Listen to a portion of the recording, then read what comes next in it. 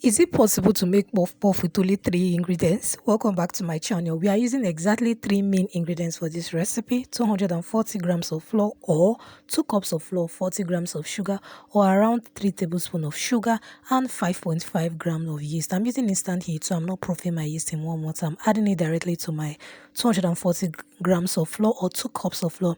I'm going to mix and add in water. Now I'm using warm water and I'm using 300 ml of water.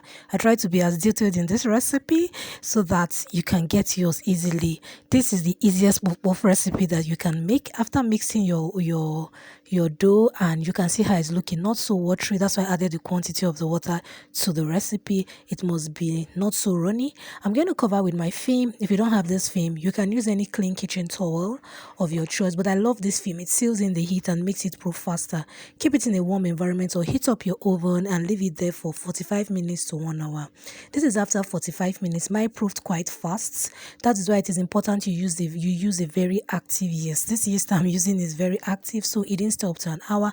45 minutes, you can see the bowl is filled up to the brim. If I've left this longer, it will just start pouring up. So it's very important to use a very active yeast. Now this is after 45 minutes and we're going to get ready to fry. I'm going to just further mix my dough and start cutting it into your oil. Your oil must be hot, not slightly hot. If it is not hot, your puff puff is going to soak plenty of oil. So your oil must be relatively hot for frying. Now I'm going to just cut. This is how I cut. You cut your dough with, make sure your fingers are a bit wet, and you drop it into the oil.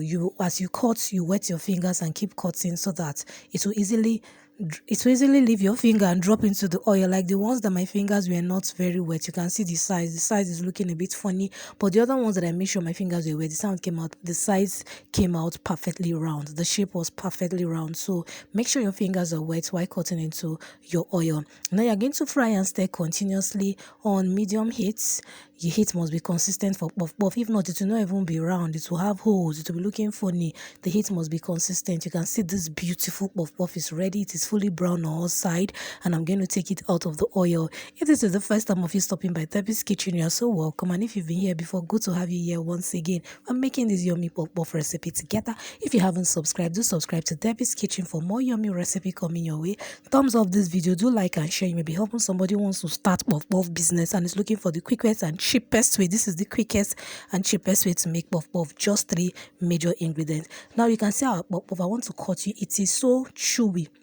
You know this chewy local street puff puff? That is the kind I made for you in this video. It is so chewy. It's like this Lagos kind of puff puff. Thank you so much for stopping by Debbie's Kitchen, and see you next time. Bye bye. Remember, Debbie's Kitchen loves you and Jesus loves you too. Bye bye. Good to have you here.